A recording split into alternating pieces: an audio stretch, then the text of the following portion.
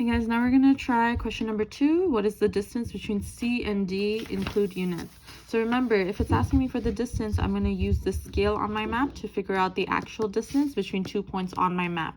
Do not confuse the distance between 2 points on my map as the same as elevation. Elevation is a point above sea level, and it's normally represented with the numbers on my topographic map, because the lines on my topographic map, or contour lines, represent points of equal elevation. But I'm not asking about elevation in question number 2. I'm asking for the distance between points, and that will be in miles from the scale. And to do that, to find the distance, I always need scrap paper or an index card.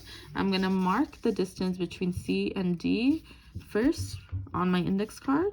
You cannot skip this step and use a ruler. You will get the wrong answer, because what we're trying to do is converting what the distance between points on my map to what the real life distance is and what the real life distance represents. A ruler cannot do that for you. So here's C and here's D.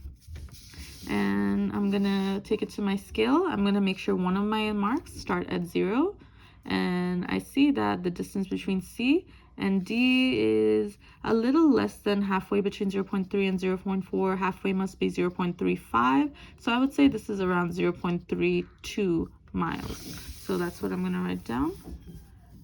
0.32 miles. By the way, the unit for miles is MI for short.